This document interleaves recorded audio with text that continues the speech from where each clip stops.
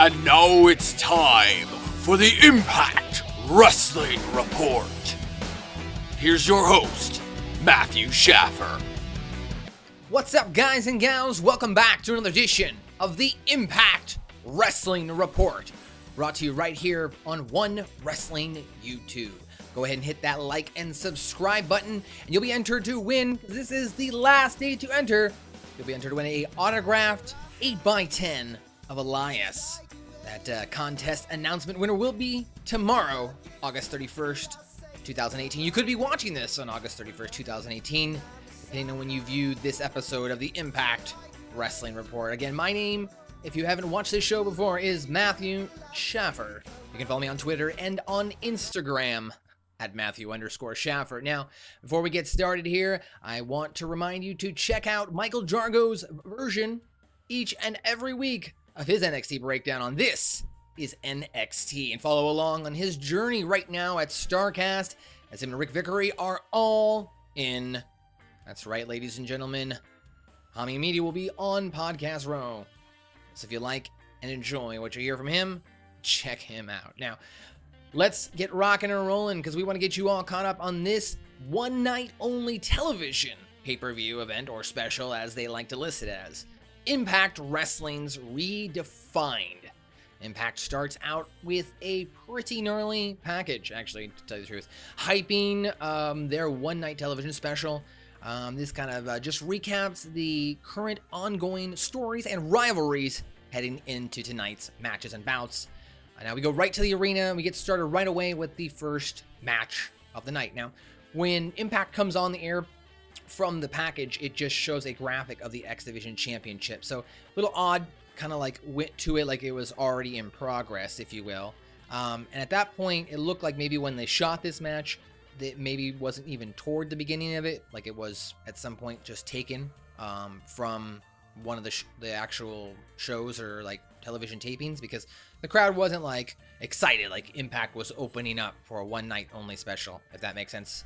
You know, even in any pay-per-view for no matter what promotion, as soon as the cameras go on, the crowd is going crazy. Or maybe the producer of that show just didn't come out and let the audience know for that segment. Not quite sure what happened there.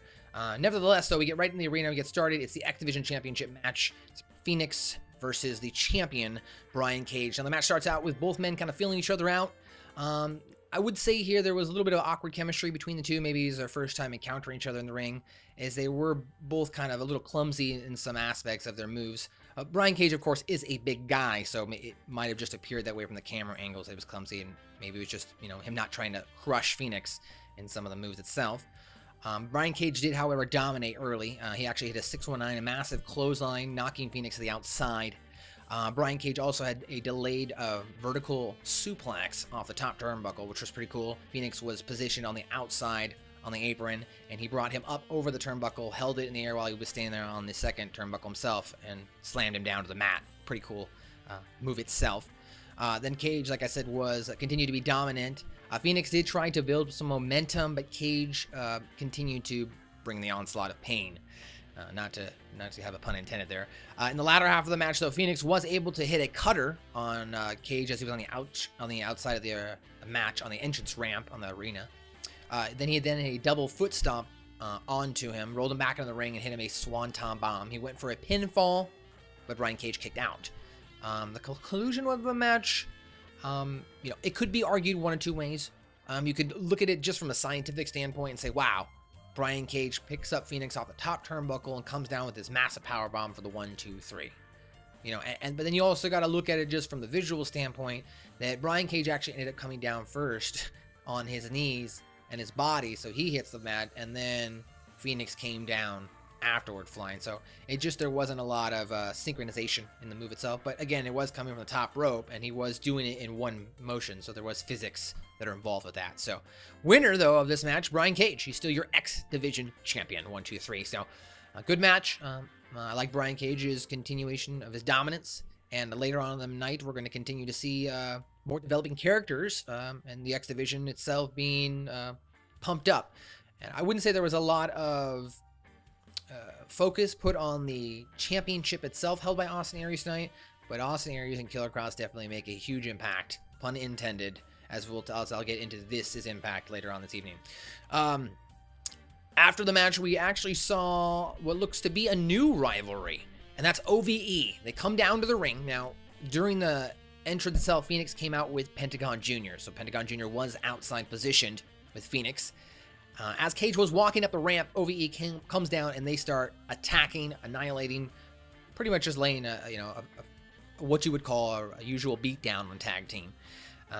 Initially, Cage starts to leave the arena. He then has second thoughts, and he actually comes back down, and he clears the house. So it looks like we're going to maybe get something with Sami Callihan and Cage, or maybe one of the OVE brothers and Cage moving forward, or could just be something to keep Brian Cage preoccupied right now as they build contenders for the X Division Championship match. We go to a backstage video of Scarlet arriving on the scene. It's Bobo in an Escalade, and he's got his badge ID, and he's trying to tell the security guy, you know, I'm on the list, and the security guy says, no, you're not on the list. They're arguing back and forth.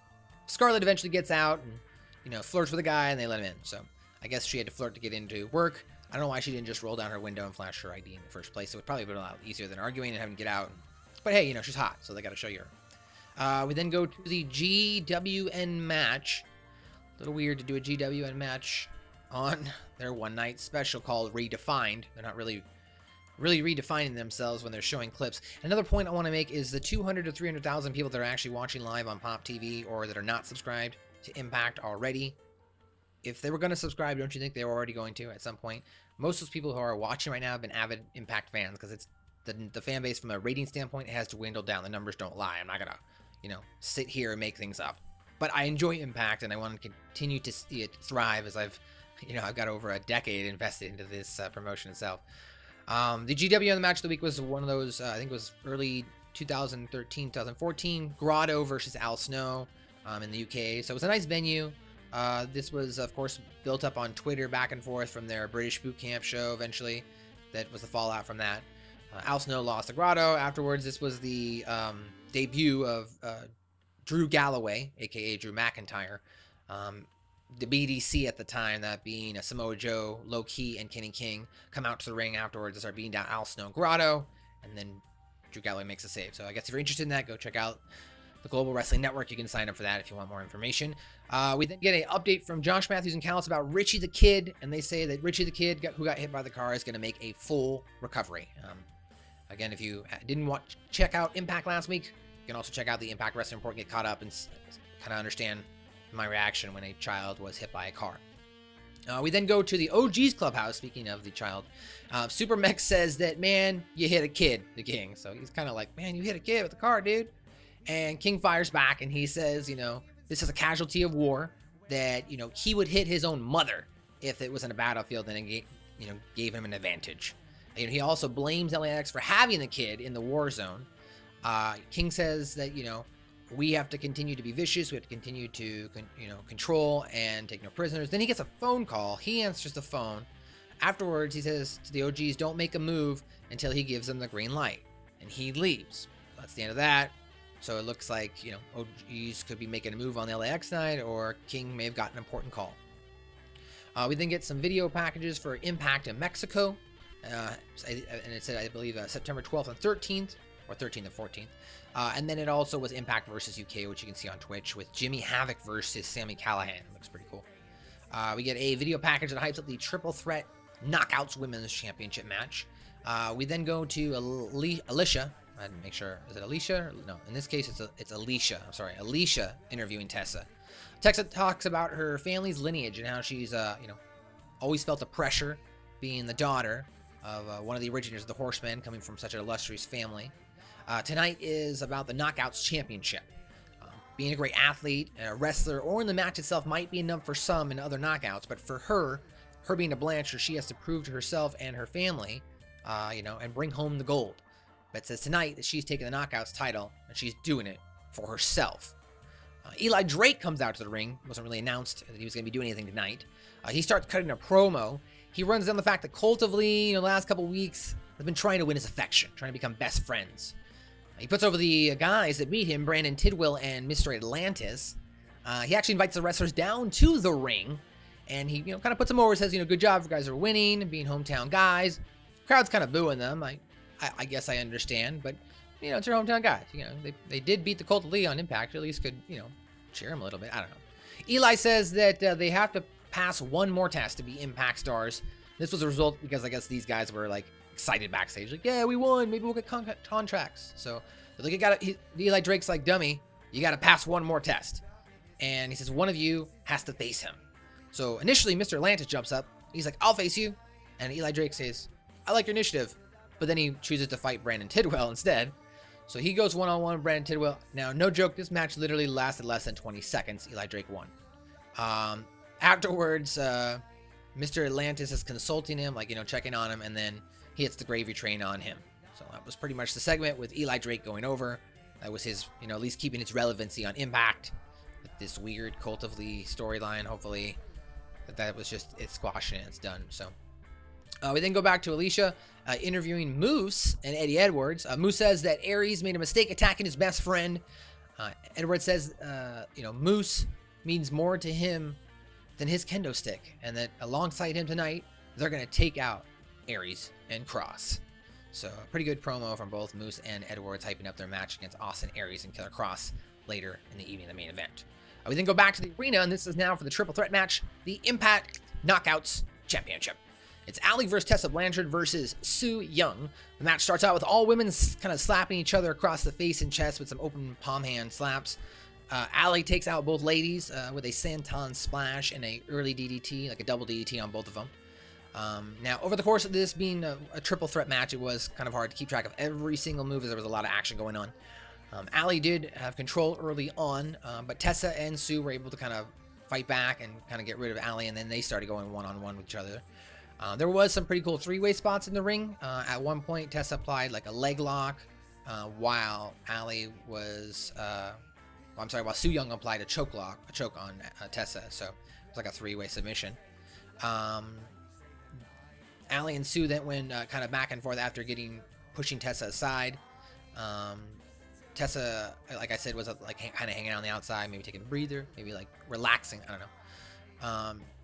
Then all of a sudden we saw Tessa get back in the ring. She interferes while the two girls are going at it, and she actually gorilla press slams Su Yung off the top turnbuckle, which was pretty cool, and threw her to the undead bridesmaids who were just standing ominously. Ominous. It was weird. They were just like standing there and showing no emotion, not making any movement. It was pretty creepy, and I enjoyed the acting and character developments that continue to happen with those undead bridesmaids. I mean, there is no really character development. They're undead bridesmaids. They're zombies, and they play the characters really well. They stick to their character, stick to their shtick, and don't break character. It's pretty cool to see. Allie, of course, did show a lot of aggression in this match. You know, they talked about the fact that, you know, Allie's shown a lot of aggression since she's been buried in a casket. However, I want to just kind of cut this short, as this match was really short. It was only 6 to 7 minutes in total. The conclusion of the match comes with Su Yung applying a mandible claw on Allie. Now, Allie breaks the claw with the code breaker, knocking out Su Yung. Then Tessa jumps in the ring and out of nowhere rolls up Allie and gets the pin. 1, 2, 3. Your winner and new Impact Knockout Women's champion, Tessa Blanchard. The cameraman and kind of follows Tessa Blanchard like through the arena and backstage, and they're interviewing her, and they're like, you know, what's it like? How do you feel? And she says she is now the measuring stick for the Impact Knockouts division. We then go to a video segment with Gama Singh. Now, he's in the background with the broom looking for the Desi Hit Squad walking around the arena. And he basically starts beating them down with a broom for their loss to KM and Falaba last week. He says that they bring shame to his name. They're all apologizing. He says that if they want to be champions, they need to learn how to win by any means necessary. So, more build-up and developments for this heel team in the Desi Hit Squad. We then go to Alicia interviewing Austin Aries and Killer Cross. Austin Aries is about to Alicia's about to ask Austin Aries a question, but Killer Cross intervenes, takes the mic from her, says that a lot can happen that they, before they get to the ring, and maybe that Moose or Edwards doesn't even make it to the match. Aries then does take the mic over, and he says that, you know, he took down Edwards by himself. I'm sorry, he took down Moose. Yeah, well, actually, he took down Edwards and he took down Moose. But more recently speaking, he took down Moose at Slammiversary by himself without Killer Cross, and says, what do you think I'm going to do with this maniac Killer Cross next to me? You know, he says that after tonight, him and Cross are going to continue to show why Impact is changing. And everyone, of course, pays the toll. We then go to the LAX clubhouse now, and they kind of discuss the fallout, you know, of Little Richie being hit by a car. Conan actually kind of goes on to say that King does not follow the OG rules. The OG rules. I think these are just probably the rules of life when you're dealing with people you have, you know, I guess a conflict with. And that being is you don't mess with family or kids. King says that, you know, I'm sorry, Conan says that King has no regard. You know, he'll take his own mother out, as we saw. Then all of a sudden, Conan gets a phone call. He starts talking. Somebody must have said something or told him something, because he said, yes, sir, which was interesting. See, Conan say yes, sir, to somebody. And then all of a sudden, he hangs up, and he says the same thing that King said to the OGs as well, which was, don't do anything until I give you the green light. So maybe Conan and King have another higher boss that we'll find out about. I don't know. We then actually do go to the smoke show with Grotto, Katrina, and Hendry. Now, this was a weird segment. It lasted about 3 minutes. A lot of sexual jokes. At one point, Grotto squeezes a water bottle and water shoots out. Scarlet's like, oh my gosh, you got me wet. Segment ends with Katrina telling Scarlet basically not to get between her and her boys. As Katrina leaves, Scarlet says, I think I already have. I want to point out, if you listened to last week's edition of the Impact Attack with Big Ray and Ben Hameen, Ben kind of pointed out that this was probably going to happen with the Scarlet Bourgeois fighting over the two, I guess we would assumed lesser unattractive, or sorry, Katrina and Scarlet fighting over the lesser unattractive male other than Joe Hendry. That was the Scarlet smoke show this week. Kind of lame.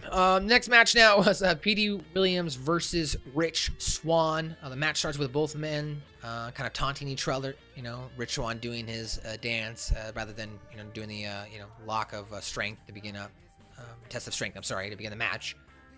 Kind of show some respect for each other. Match starts gets going though from there, fast and furious. Williams hit a massive knee to the face on Rich Swann, knocked him out to the outside. Get back in the ring, both men went back and forth, kind of reversing each other, going back and forth with technical moves. So, you know, when one kind of person focuses on the arm, then flips it, reverses it, takes over. You know, I'm not using the proper wrestling terminology there, but you kind of get the idea of the story I'm trying to present to you. Petey does lock in a sharpshooter at one point in the match, but Swann is actually able to get to the bottom rope. Petey Williams also does have a pretty good German suplex and a tilt-a-whirl Russian leg sweep, so that was pretty cool to see. Like I said, a lot of reversals back and forth. There was a lot of roll-ups too, with each man trying to roll each other out with the tights.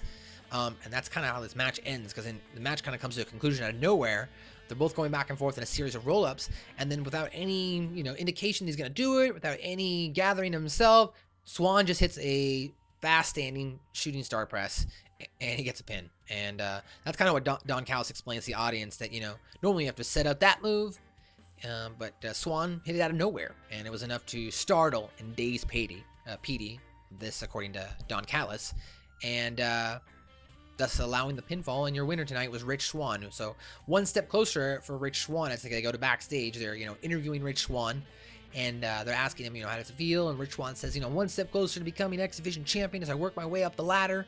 Matt Seidel enters the screen, and he's like, you know, I saw your video, and I understand that you want to work your way up. I want to work my way back to being X Division champion too, but you know what? I can help you. I can help you open your third eye. Rich Swann declines, and then all of a sudden, the camera pans over, and Alicia Edwards is screaming, Moose, Moose, oh my God, get help! And they pan over to a Moose laying on the ground on his stomach, knocked out, with a red-black X on it. So it's assumed that Killer Cross, I guess, lived up to his word, right? He said one of them might not make it to the ring, and he did indeed apparently follow through, which I thought was nice for the story. You know, left that actual payoff and breadcrumb that, hey, I might attack somebody, and you know what? He did. He actually did attack somebody. Main event of the night, the tag team match. Speaking of Killer Cross, we go out to the arena. Now, Aries and Killer Cross come out to the ring first. Edwards comes out by himself. Now, I guess Edwards kind of argues back and forth with the guys and the ref and just goes ahead and elects to start the match without Moose. Now it's a handicap match. So match starts with Edwards taking shots at Cross, but Cross dominates and then tags in Aries. Aries was dominating a good portion of the match, but Edwards was able to hit a good Sherman suplex, a Mafia kick. He then kicked Aries to the outside. He was then going to hit a missile tope, but Cross hit him with the knee as he was about to launch himself through the ropes. This kind of allowed Cross to take and Aries to take over advantage because Aries got back in the ring, kind of applied a suplex and a German suplex of his own. Then he tagged in to Killer Cross. Killer Cross inflicted a lot of damage, a lot of pain. There was a lot of back and forth as far as tagging, so they were continually tagging in and out, keeping each other fresh with some clotheslines, running shoulder splashes in the turnbuckle corners, some, double team moves, that is. Edwards was able to gain some momentum at one point, taking down Aries. However, Killer Cross prevented him, and then all of a sudden, Aries took out. I'm sorry, Killer Cross was taken out by Eddie Edwards, and then Eddie Edwards hit a quick blue thunder bomb and went for the pinfall. However, Austin Aries kicked out of that. Let's see here. Okay, yeah. Then Cross actually ended up pulling Eddie Edwards to the outside, kind of like just pulled him down, pulled him out from under the apron, picked him up like a rag doll, and he threw him over his body and over his shoulders, and Eddie Edwards came down pretty hard, I gotta tell you. Then at the conclusion of the match itself, okay, and so we see the conclusion. So we've got Eddie Edwards and Austin Aries both laid out on the match. Now Austin Aries is going for a tag to try and get Killer Cross in. Eddie Edwards has nobody to tag into. All of a sudden, Moose finally comes out, and he's running down the ring or walking slowly. He's got a bandage all across the top of his head.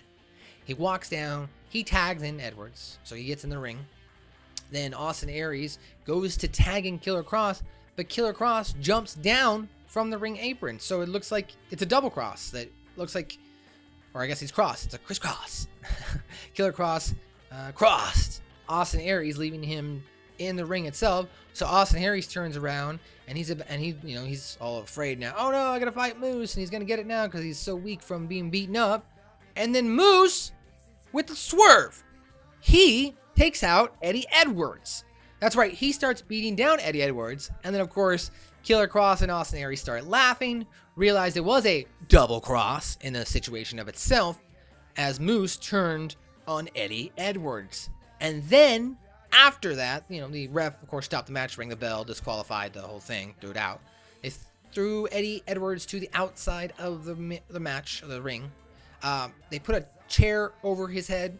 Cross held Eddie Edwards, and Moose picked up a chair himself, and he hit Eddie Edwards over the head and chair, essentially, murdering Eddie Edwards for all intents and purposes of pro wrestling.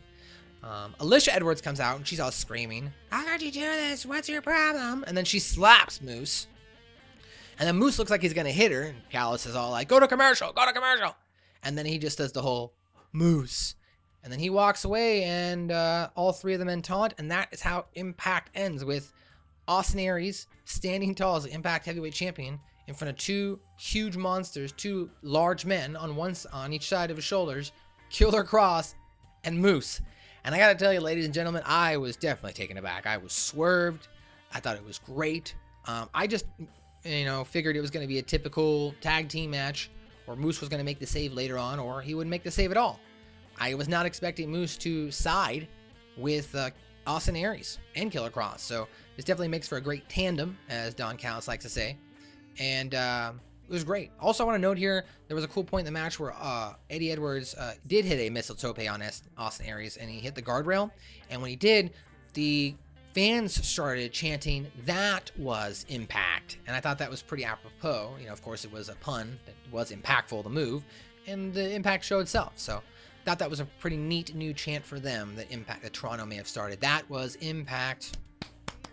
And that's actually representing the actual impactful move and showing support for the brand without trying to take over the show itself. So all in all, I would say a very good Impact Redefined. A couple weird segments with Grotto.